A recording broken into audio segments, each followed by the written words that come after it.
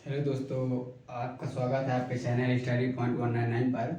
तो आज हम लोग कक्षा 10वीं गणित पढ़ने वाले हैं, जिसका अध्याय क्या है, 4 है। तो उसका नाम क्या है, द्विघात समीकरण। तो पहले समझेंगे द्विघात समीकरण क्या होता है। तो लिख देंगे कि वह समीकरण जिसमें चर की अधिकतम घात कितनी होती है, 2 होती है, वो क्या कहलाता है, द्विघात समीकरण। तो चलिए लिख देते, वह है समीकरण जिसमें चर की अधिकतम घात 2 होती है, द्विघात समीकरण कहलाते हैं। ठीक है, तो क्या समझे कि दो घात समीकरण क्या है, जिसमें चर की अधिकतम घात कितनी हो जाएगी, 2 हो जाएगी। तो क्या कहलाता है, द्विघात समीकरण कहलाता है। देखिए द्विघात समीकरण का व्यापक रूप क्या होता है, लिख देते हैं, द्विघात समीकरण का व्यापक या प्रचलित रूप भी बोल सकते हैं। ठीक है, तो क्या होता है, ax² plus bx plus c बराबर 0 होता है। ठीक है, इसमें क्या है कि जो x² का गुणांक कितना है, a है, x का गुणांक कितना b है, c क्या है, अचर पद कहलाएगा। ठीक है, a b c क्या कहलाएंगे, पूर्णांक कहलाएंगे। ठीक, तो चलिए इसके अंतर्गत हमको 2-3 सूत्र हैं, देख लेते हैं। पहले क्या होता है, द्विघाती सूत्र होता है, द्विघाती सूत्र, उसी को बोलते हैं क्या, ठीक है, 3 धारा 4 का सूत्र होता है। क्या होता है, x is equal to minus b plus minus root of b² minus 4ac upon में कितना होता है, 2a होता है। ठीक है, इसमें पढ़ेंगे अपन विविक्त कर, पढ़ेंगे विविक्त करें, डी फॉर डिस्क्रिमिनेंट होता है। क्या होता है फार्मूला, b² माइनस 4ac होता है। ठीक है, फिर इसमें हम लोग 3 और सूत्र देखेंगे। क्या है, जैसे होता है ये 2 वास्तविक एवं बराबर, यानी समान बोल सकते हैं, समान मूल होंगे यदि, इसी तरह देखेंगे दूसरा क्या, कि 2 वास्तविक एवं भिन्न मूल होंगे यदि, और तीसरा नंबर पढ़ेंगे, कोई वास्तविक मूल नहीं होंगे यदि, कब, यदि जो d का मान है किसके इक्वल आ रहा है, डायरेक्ट 0 के इक्वल आ रहा है, तब क्या होता है, जो मूल होंगे निकलेंगे, दोनों वास्तविक होंगे एवं समान होंगे, बराबर बोल सकते हैं। ठीक है, यदि 2 वास्तविक एवं भिन्न मूल होंगे, कब, जब d का मान 0 से क्या होगा, बड़ा होगा, ग्रेटर देन होगा d का मान। ठीक है, या फिर d का मान 0 से यदि छोटा यानी माइनस में मान आ रहा है, तो क्या कहला जाएगा, वो उसको कोई भी मूल नहीं होंगे। ये क्या कहला जाएगा, समिश्र संख्या के अंतर्गत आएगा, वो अपन 11th में पढ़ते हैं। ठीक है, तो चलिए देखते हैं।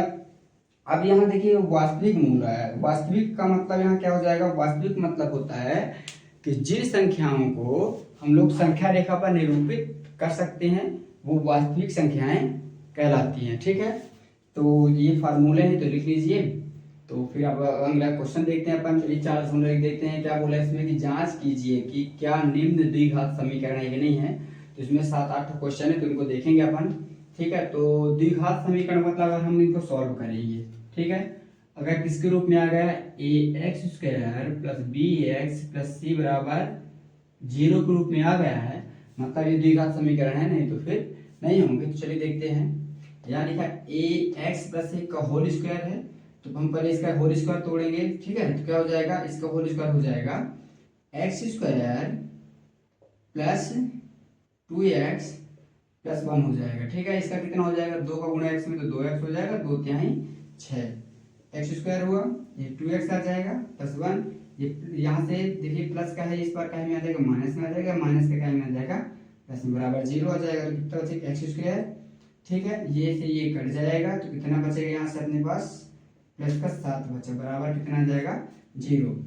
हम इसको लिख सकते हैं या x square plus 0 into x plus 7 बराबर 0। तो लिख देंगे कि यह समीकरण a x square plus b x plus c बराबर 0 के रूप का है, अतः यह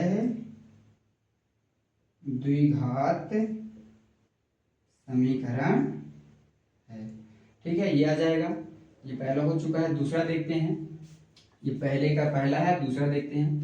ये तो पहले से सॉल्व है, इसको एस टू एस लिख देंगे। अब यहाँ सॉल्व करते 2 का गुणा है 3 में 2 तिहाई 6 माइनस माइनस प्लस 2 का एक्स में तो 2x आ जाएगा। ठीक है, एक्स स्क्वायर है, ये 2x है, प्लस माइनस का 6 इसमें प्लस में आ जाएगा, प्लस का है 2x माइनस में, बराबर क्या बचेगा 0 बचेगा। यहाँ से एक्स स्क्वायर आया, ये माइनस का 2x माइनस का 2x मिलकर कितना हो जाएगा माइनस का 4x हो जाएगा। ये प्लस का कितना लिखा है 6 लिखा है, बराबर 0 आ जाएगा। ये भी क्या आ गया, यहाँ सेम लिख देंगे थ्योरी। ठीक है, कि ये समीकरण a x square plus b x plus c बराबर 0 के रूप का है, तो ये द्विघात समीकरण है। ठीक है, फिर अगला देखते हैं। अब इनमें पहले इनको सॉल्व करेंगे, गुणा करेंगे। तो चलिए देखते हैं, पहले x का गुणा x में हो तो कितना आ जाएगा एक्स स्क्वायर, फिर x का प्लस के 1 में तो प्लस का x आ जाएगा। अब माइनस 2 का x में तो कितना आ जाएगा माइनस का 2x, फिर माइनस का 2 का गुणा 1 में होगा तो माइनस 2 1 कम 2। अब उस पर सॉल्व करते हैं, x का x में एक्स स्क्वायर, x का प्लस का 3 में तो प्लस का 3x, माइनस 1 का गुणा x में तो माइनस का x, माइनस 1 का 3 में तो माइनस का 3। पहले इनको सॉल्व करते हैं, ये प्लस का 1x है, माइनस का 2x है, कितना बचेगा माइनस 1x बचेगा। एक लिखते नहीं है, जनरल लिखना चाहें तो लिख भी सकते हैं, 2 आ जाएगा। यहाँ से एक्स स्क्वायर है, ये प्लस के 3 टू है, माइनस का 1 टू है, घटेगा तो माइनस प्लस के 2 टू बचेंगे, और ये माइनस 3 पक्षांतर कर लेते हैं। X square minus x minus 2 है, प्लस का एक्स स्क्वायर माइनस में आ जाएगा, प्लस का 2x माइनस में आ जाएगा, और ये कितना माइनस का 3 प्लस में आ जाएगा, बराबर कितना बचेगा 0।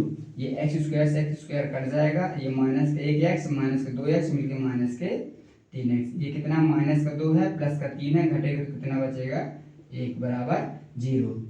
तो यहाँ स्क्वायर क्या बचा है, नहीं बचा, तो क्या लिख देंगे, यह समीकरण a x square plus b x plus c बराबर 0 के रूप का नहीं है, अतः यह द्विघात समीकरण नहीं होगा। ठीक है, ये आ चुका है, तो 3 हो चुके हैं। चलिए चौथा देखते हैं। चलिए देखते हैं चौथा, पांचवा, छठवां देख लेते हैं इसमें। तो क्या पहले इनको सॉल्व करेंगे, तो x का गुणा 2x में तो कितना 2x स्क्वायर आ जाएगा, x का गुणा 1 में तो प्लस का 1 है तो प्लस का आ जाएगा, फिर माइनस 3 का गुणा प्लस के 2 में तो माइनस का 3 गुना 6x आ जाएगा, माइनस प्लस माइनस होता है, 3 1 का 3 बराबर आ जाएगा। x का x में तो x स्क्वायर आया, x का प्लस के 5 में तो प्लस का 5 आया। ठीक है, तब तो चलिए देखते हैं, पहले इसको सॉल्व करते। 2x स्क्वायर है, ये प्लस का 1x है, माइनस के कितने x है, यहाँ से 6x है, तो बचेंगे कितना माइनस का 5x, ये माइनस का 3 है। ठीक है, ये x स्क्वायर है प्लस का 5 है। अब पक्षांतर कर लेते हैं, 5x माइनस 3 प्लस का कहे में आ जाएगा माइनस में, और प्लस का 5 माइनस में, बराबर 2 ठो एक्स स्क्वायर में 1 ठो घटे तो 1 ठो एक्स स्क्वायर बचा, माइनस का 5 ठो एक्स है, माइनस एक्स वाला दूसरा तो है नहीं तो उतना ही आ जाएगा, माइनस का, ये भी माइनस का, तो माइनस का कितना आ जाएगा 8 बराबर 0। ये इसके रूप का है, तो लिख देंगे चूंकि यह समीकरण a x square plus b x plus c बराबर 0 के रूप का है, अतः यह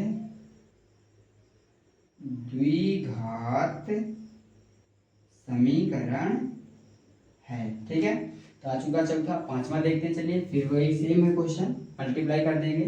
2x का गुना x में तो कितना आ जाएगा 2x², फिर 2x का गुना -3, 2 3 6x आ जाएगा, -1 का गुना x तो -x आ जाएगा, -1 का 3 तो माइनस माइनस प्लस 3 1 का 3। इस तरह यहाँ x का x में x² आया, x का -1 में तो -x आ जाएगा, फिर 5 का प्लस x में तो प्लस का 5x आ जाएगा, प्लस माइनस माइनस 5 1 का 5। पहले इनको सॉल्व कर लेते हैं। 2x² है, ये माइनस का है, ये भी माइनस का, मिलकर माइनस के 7x हो जाएंगे, ये प्लस का 3 है। यहाँ देख लेते हैं, ये माइनस का ये प्लस का तो घटेगा, तो कितना बचेगा 4x प्लस का, ये माइनस का 5 था। ठीक है, पक्षांतर करते हैं, x² माइनस का 7x प्लस का 3 है, प्लस का यहाँ आ जाएगा माइनस में, ये भी प्लस का आ जाएगा माइनस में, ये माइनस का आ जाएगा प्लस में, बराबर 0। 2 x² है, ये 1 ठो तो बचेगा, 1 ठो घटने के बाद ये माइनस का है, ये भी माइनस का, तो मिलके 7 4 कितना हो जाएगा 11। ठीक है, जिनमें पावर सेम रहेगी उनको जोड़ घटाते हैं। इसी तरह प्लस का 5 है, प्लस का 3 है, प्लस का 5 तो कितना आ जाएगा प्लस का 8 बराबर 0। देखिए सेम वही आएगा, तो यहाँ थ्योरी ये वाली यहाँ लिख देंगे, ये वाली यहाँ लिख देंगे कि चूंकि यह समीकरण ax² + bx + c के रूप का है, अतः यह एक द्विघात समीकरण है। तो देख सकते हैं इसमें सेम थ्योरी लिख देंगे। ठीक है, अब चलिए देखते हैं छठवां क्या बोला है। तो ये देखिए पहले से ही सॉल्व है, तो इसको लिख देंगे x² प्लस का 3x प्लस का 1 होल स्क्वायर है। देखिए होल स्क्वायर तोड़ने के लिए देख लेते हैं, इजी ट्रिक देख लेते हैं क्या होता है। जैसे मान लीजिए 3x² + 5 लिखा है, या फिर लिखा हो कितना 2x - 3 लिखेंगे, स्क्वायर कैसे किया जाता है। ठीक है, तो पहले जो स्टार्ट शुरू में उनका क्या करें, स्क्वायर करें, 3 3 9, x का x² आ जाएगा, इसी तरह 5 का 25 प्लस के साथ। अब देखिए अगर यहाँ बीच में प्लस है तो यहाँ प्लस लिखेंगे, माइनस है तो माइनस लिख देंगे, तो क्या आ जाएगा, इन सब का गुणा कर लो, 2 पंचे 10, 10 का कितना हो जाएगा 30x, ये इसका डायरेक्ट आ जाएगा। इसी तरह इसमें भी देखते हैं, तो पहले क्या करेंगे, इसका स्क्वायर 2 दूनी 4x² आ जाएगा, और 3 3 9 प्लस के साथ ही लिखेंगे। अब बीच में यहाँ माइनस है तो यहाँ माइनस लिखेंगे, प्लस है तो प्लस, सबका गुणा कर दो, 2 3 6 और 6 दूना कितना हो जाता है 12x, ये डायरेक्ट इनका क्या होता है गुणा आ जाएगा, इस तरह स्क्वायर जो हो जाता है। ठीक है, तो देख लीजिएगा, ये देखिए यहाँ प्लस था तो यहाँ प्लस आया, यहाँ माइनस है तो यहाँ माइनस। अब बाकी पहले दूसरे पहले और लास्ट वाले में प्लस ही अपन को लिखना है। ठीक है, तो चलिए इसका डायरेक्ट कर देते हैं। क्या हो जाएगा डायरेक्ट में, पहले एक शुरू वाले का स्क्वायर लिख दिए, फिर लास्ट वाले का स्क्वायर लिख दिए, बीच में माइनस है, माइनस 2 दूनी 4x आ जाएगा। ठीक है, अब पक्षांतर कर लेते हैं, x² प्लस का 3x प्लस का 1 प्लस का x² आ जाएगा माइनस में, माइनस का x² आ जाएगा प्लस में, प्लस का 4 आ जाएगा माइनस में, बराबर 0। तो यहाँ से ये कट जाएगा, x² से x², ये प्लस का ये भी है, ये भी प्लस का, तो कितना आ जाएगा 7x, ये प्लस का 1 माइनस का 4 तो घटेगा तो माइनस का 3। तो क्या लिख देंगे यहाँ कि चूंकि यह समीकरण ax² + bx + c बराबर 0 के रूप का नहीं है, अतः यह द्विघात समीकरण नहीं होगा। क्यों नहीं होगा, क्योंकि इस समीकरण की अधिकतम घात कितनी है 1 है, द्विघात के लिए कितनी घात होनी चाहिए 2 होनी चाहिए। ठीक है, तो देखिए 6 तक हो चुके हैं, अब 2 और क्वेश्चन बचे, तो पहले इनको सॉल्व करते हैं। तो देख लीजिए, अब 7वां देखते हैं।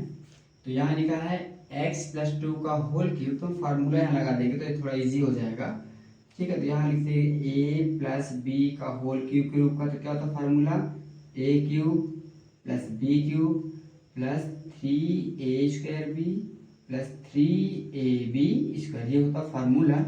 चलिए a का मान कितना है x है, b का मान कितना है 2, तो यहाँ रख देते हैं अपन। ठीक है, a का मतलब x है, x का क्यूब 2 है, b का मान 2 का क्यूब प्लस 3, a का x है, b का कितना है 3 है, सॉरी 2 था, फिर प्लस आ जाएगा यही वाला 3 आ जाएगा, a का मतलब कितना है x है, b का मतलब कितना है 2 का स्क्वायर, बराबर यहाँ कितना था 2x × x² - 1 था।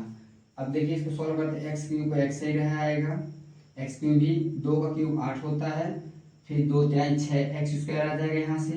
ठीक है, यहाँ कितना होता है 2 दूनी 4 हो जाएगा, 4 यहाँ 12 होता है, तो यहाँ आ जाएगा 12x बराबर, यहाँ मल्टीप्लाई 2x³ हो जाएगा, इसका इसमें होगा तो 2x आ जाएगा। पक्षांतर कर लेते हैं, x³ + 8x + 8 सॉरी था 6x² + 12x था, ये प्लस का आ जाएगा यहाँ माइनस में, और ये माइनस का आ जाएगा प्लस में, बराबर कितना बचा, 0 बचा है।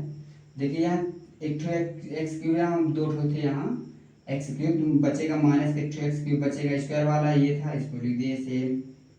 सिंगल एक्स ये है तो 12 दो कितना हो जाएगा, 14 एक्स आ जाएगा, और अचर पद कितना है, 8 है तो 8 आ जाएगा। इस समीकरण की अधिकतम घात कितनी है, 3 है। हमको बताना है द्विघात की, द्विघात की अधिकतम घात कितनी होनी चाहिए, 2 होनी चाहिए, इसलिए द्विघात समीकरण नहीं तो लिख देंगे चूंकि यह समीकरण a x square plus b x plus c बराबर 0 के रूप का नहीं है, अतः यह द्विघात समीकरण नहीं होगा। ठीक है, इसको देखते हैं अब। पहले ये तो पहले से सॉल्व है, इसको कुछ नहीं करना, सेम लिख देना जो लिखा हुआ है। फिर अब यहाँ फिर से यहाँ क्या फार्मूला देखिए दे लग रहा है, इसमें माइनस वाई, इसमें क्या लगा था, प्लस में था, उसमें क्या है माइनस में आ जाएगा। माइनस वाला फार्मूला होता है ए माइनस बी का होल क्यूब बराबर होता है a cube minus b cube minus 3a square b plus 3ab square होता है।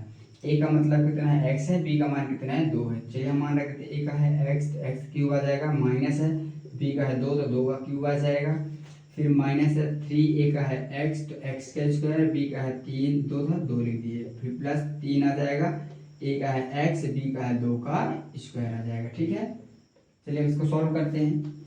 ये x क्यूब है minus 4 square minus x plus 1 बराबर कितना हो जाएगा, x क्यूब माइनस का 8 आ जाएगा, 3 दूनी 6x स्क्वायर आ जाएगा, ये आ जाएगा प्लस का 2 दूनी 4 4 चाहे 12x, पक्षांतर करते हैं, x cube minus 4x square minus x plus 1 plus का आ जाएगा, ये माइनस में, ये माइनस का आ जाएगा प्लस में, ये माइनस का आ जाएगा प्लस में, और ये प्लस का आ जाएगा माइनस में, बराबर 0। ये x क्यूब से x क्यूब कट गया, ये स्क्वायर वाला है, ये भी स्क्वायर वाला, ये प्लस का है, ये माइनस का, तो कितने बचेंगे, 2 प्लस के बचेंगे, लिख दिए।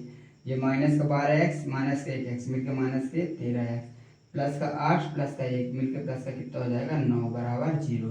तो क्या लिख देंगे, इसमें मैक्सिमम घात कितनी है, इस समीकरण की मैक्सिमम घात कितना, 2 है, लेकिन चूंकि यह समीकरण a x square plus b x के रूप का है, नहीं लिखेंगे, ठीक है, ये है द्विघात उसके रूप का, अतः यह द्विघात समीकरण है।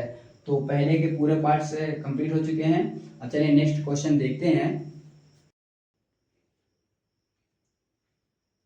देखो दूसरा क्वेश्चन बोला कि निम्न स्थितियों को द्विघात समीकरण के रूप में व्यक्त करना, केवल हमको समीकरण बना देना है बस। ठीक है, तो क्या बोल रहा है कि एक आयताकार भूखंड का क्षेत्रफल 528 मीटर स्क्वायर है, तो क्षेत्र की लंबाई मीटर में रहेगी, चौड़ाई के दुगने से एक अधिक है। हमें भूखंड की लंबाई और चौड़ाई ज्ञात करना है, तो समीकरण पहले बनाएंगे, फिर लंबाई चौड़ाई ज्ञात करने के लिए द्विघात समीकरण सॉल्व करेंगे, हमको वहां से 2 मूल प्राप्त होंगे, तो वहां से हम लंबाई चौड़ाई ज्ञात कर सकते हैं। तो उतना क्वेश्चन अपन नहीं बोला है, सिर्फ हमको समीकरण के रूप में निरूपित कर देना। ठीक है, देखिए समझते हैं क्या बोला है कि अपने पास एक आयताकार भूखंड है, ठीक है, अब बोलना चाहता है कि इसका क्षेत्रफल 528 मीटर स्क्वायर है। ठीक है, फिर क्या बोला कि जो इसकी लंबाई है, जो इसकी लंबाई चौड़ाई के दुगने से कितना अधिक है, 1 अधिक है।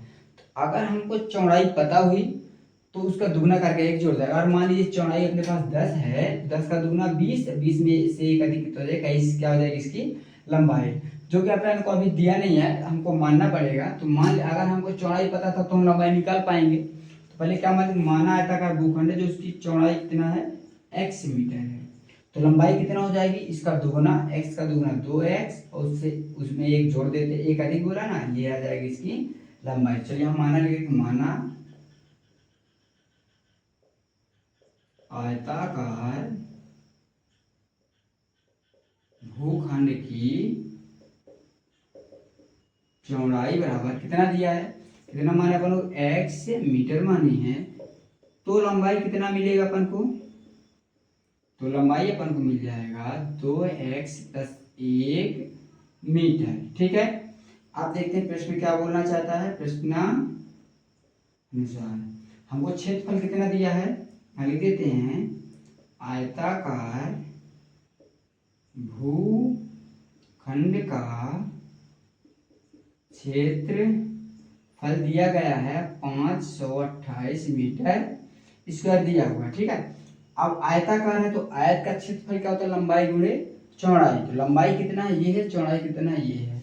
लंबाई ये है गुणे चौड़ाई कितना है, x था, बराबर कितना दिया अपने पास 528 मीटर स्क्वायर था, तो चलिए मीटर यहाँ नहीं लिखेंगे, x का गुणा करेंगे तो 2x स्क्वायर आ जाएगा, फिर x का 1 में तो x कम x आ जाएगा, बराबर 528, ये लिख देंगे x स्क्वायर प्लस x है, ये प्लस का यहाँ क्या आ जाएगा, माइनस में आ जाएगा, बराबर 0।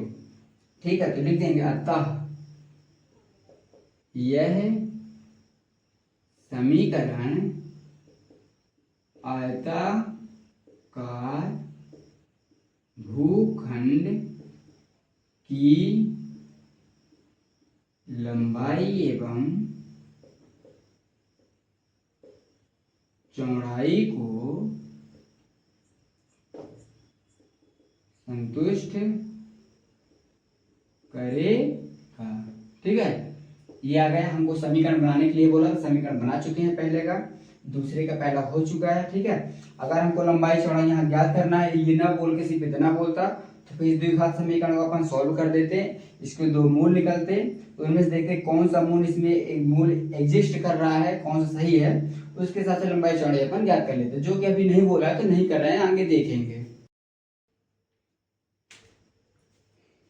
चलिए दूसरा क्वेश्चन देखते हैं, क्या बोल रहा है कि दो क्रमांकगत धनात्मक पूर्णांकों का गुणनफल 306 है, हमें पूर्णांक को ज्ञात करना है। ठीक है, तो चलिए देखते हैं क्रमांकगत दो, यहाँ हम लिख देते हैं क्रमांकगत धनात्मक पूर्णांक, इसी तरह क्रमांकगत धनात्मक सम या विषम पूर्णांक। क्रमांकगत का मतलब होता है लगातार। ठीक है, जैसे लिखा है 11, 12, 13, ये सब क्या है, क्रमांकगत है, लगातार संख्याएं हैं। ठीक है, तो इसमें हम लोग क्या मानेंगे, x plus 1, x plus 2, x plus 3 and so on चलता रहेगा, ये क्योंकि क्रमांकगत पूर्णांक होते हैं। अब क्रमांक आ गया, वो क्रमांकगत धनात्मक सम या विषम बोल दिया, तो क्या लिखेंगे उसके लिए, x plus 1, x plus 3, x plus 5 and so on, इस तरह चलते चलेंगे। ठीक है, तो ये होते हैं क्रमांकगत धनात्मक पूर्णांक। अगर सम या विषम की बात करेंगे तो हम इनकी बात करेंगे। ठीक है, तो हमें कितने धनात्मक पूर्णांक बोला, दो बोला, तो दो क्या बोले, यहाँ ना सम बोला है ना विषम, तो हमको सिर्फ ये दोनों से मतलब है। ठीक है, तो यहाँ लिख देते हैं, माना दो क्रमागत धनात्मक पूर्णांक क्रमशः, जरूर लिखिएगा। ठीक है, कितना है, x एवं x प्लस 1 है। फिर इसके बाद प्रश्नानुसार क्या बोला है, दो क्रमागत धनात्मक पूर्णांकों को गुणनफल दिया, क्या दिया है, दो क्रमागत धनात्मक पूर्णांकों का गुणनफल कितना दिया है, 306। अपने पास क्या है, दोनों संख्याएं क्या क्या है, x गुणा x प्लस 1, इसको ब्रैकेट में ही लिखिएगा, 306 है। x का x में तो कितना आ जाएगा, x स्क्वायर, x का प्लस 1 में तो प्लस का x आ जाएगा। ठीक है, बराबर कितना 306 था, फिर आ जाएगा x स्क्वायर प्लस x, ये प्लस का इस पर क्या आ जाएगा, माइनस में। बस इतना ही अपन को क्या करना था, सॉल्व करना था। सॉरी, अच्छे थोड़ा बना देते हैं। हमको ये बोला था ना कि सिर्फ समीकरण के रूप में व्यक्त करना, अब यहाँ बोला इस क्वेश्चन में ज्ञात भी करना हमको पूर्णांक, तो यहाँ नहीं करेंगे। अगर इसको ज्ञात करना चाहते हैं तो क्या इसको सॉल्व कर देते द्विघात समीकरण को, या सीधे आचार के सूत्र से कर सकते हैं, या फिर संख्या चूज करके कर सकते हैं। ठीक है, इसके फैक्टर निकाल के तो लिख देंगे, अतः यह समीकरण दिए गए समीकरण को, दिए गए, चलो ये लिख दे, दिए गए प्रश्न को संतुष्ट करेगा। ठीक है, तो यह समीकरण दो क्रमागत धनात्मक पूर्णांकों को संतुष्ट करेगा। तो ये आ चुका है, ठीक है, दूसरा भी कंप्लीट हो चुका है। चलिए अगला देखते हैं। चलिए तीसरा क्वेश्चन देखते हैं। क्या बोला है कि रोहन की माँ उससे 26 वर्ष बड़ी है, उनकी आयु यानी वर्षों में है का गुणनफल अब से 3 वर्ष पश्चात 360 हो जाएगी। हमें रोहन की वर्तमान आयु बताना है, ठीक है। तो क्या बोलना चाहता है, मान लीजिए कि रोहन अगर 10 साल का है तो उसकी मम्मी क्या रोहन से कितना बड़ी है, 26। तो हम क्या मान लेंगे, रोहन की मम्मी, रोहन तो 10 साल का है, उसकी मम्मी 26 वर्ष वाली 26 जोड़ दे तो कितना आ जाएगा 36। यानी अगर रोहन कितने साल का है, 10 साल का है, उसकी मम्मी कितने साल की होगी, 36 साल की होगी, ठीक है। तो अगर हमको तो 10 दिया नहीं है तो हम क्या मानते हैं कि रोहन कितने साल का है, x साल का है। तो रोहन की माँ कितने की हो जाएगी, x प्लस 26। जैसे यहाँ 10 प्लस x 26 किए थे ना, तो यहाँ x प्लस 26 आ जाएगा, ठीक है। तो चलिए करते हैं। माना रोहन की वर्तमान आयु बराबर कितना मान लिया अपन, x वर्ष मान लेते हैं, एवं उसकी माँ की आयु कितना हो जाएगी, रोहन तो 1 साल का था, उसकी मम्मी उससे 26 वर्ष बड़ी, तो 26 जोड़ दिए, ठीक है। फिर बोला अब से 3 वर्ष पश्चात, ठीक है। तो अब से उनकी आयु गुणनफल, जो अब से प्रेजेंट एज इतनी है इनकी, अब उससे 3 वर्ष आगे की देखना है। तो लिख देंगे अब से 3 वर्ष पश्चात दोनों की आयु। देखिए क्या होता है, तो रोहन है, तो रोहन की आयु कितना, अभी कितना है, x का है। अब 3 जोड़ देंगे तो 3 वर्ष पश्चात उसकी आयु आ जाएगी।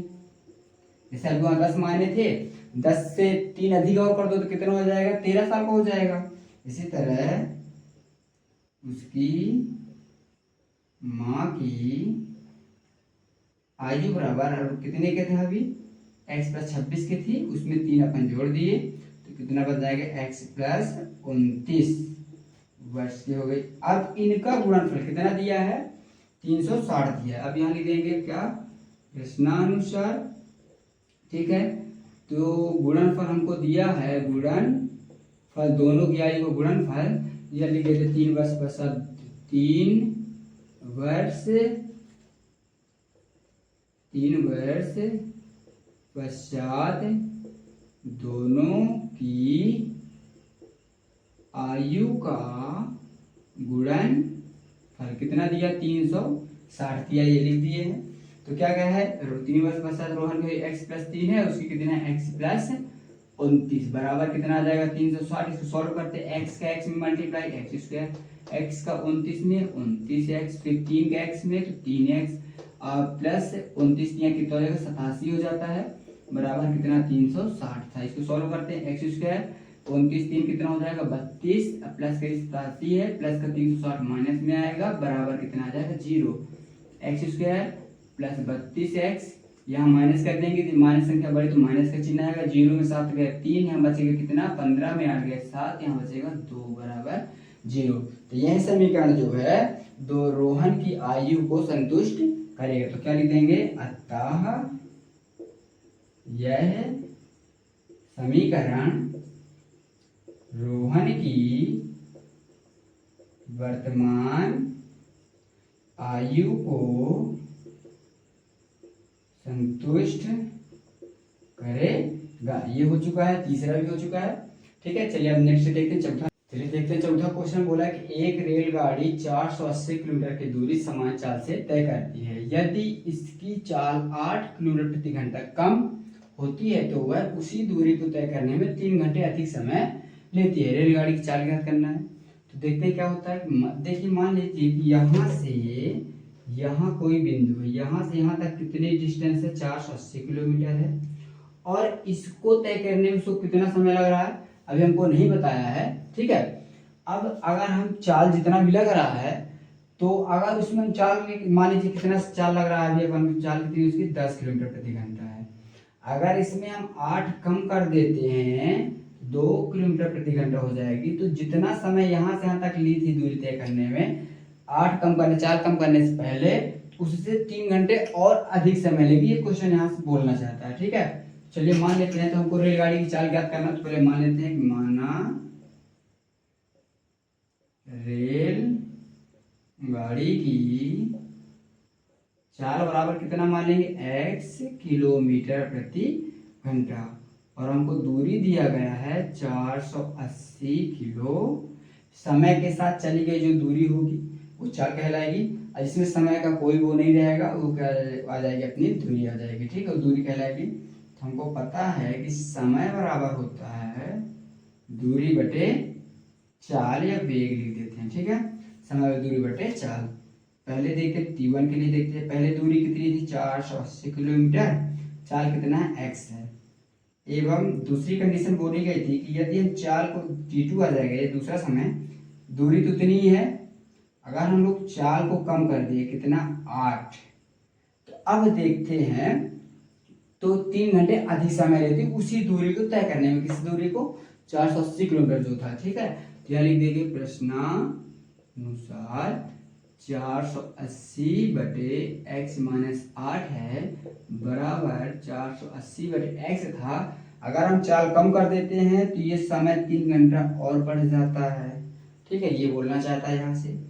तो कितना आ जाएगा 480 बटे x माइनस 8 है, ये प्लस का यहाँ से आ जाएगा, कितना में आ जाएगा माइनस में, ये वाला पूरा का पूरा 480 बटे x बराबर आ जाएगा 3 बचेगा यहाँ से। 480 यहाँ से अपन कॉमन कर लेते हैं। ठीक है, नहीं करते कोई दिक्कत नहीं है, चलिए कॉमन ही करें। 480 कॉमन किए तो यहाँ एलसीएम आ जाएगा x और x माइनस 8 आ जाएगा, तो यहाँ आ जाएगा x, क्यों आ जाएगा, इससे ये कटेगा तो सिर्फ कितना बचेगा, वहाँ ऊपर 1 बचा है।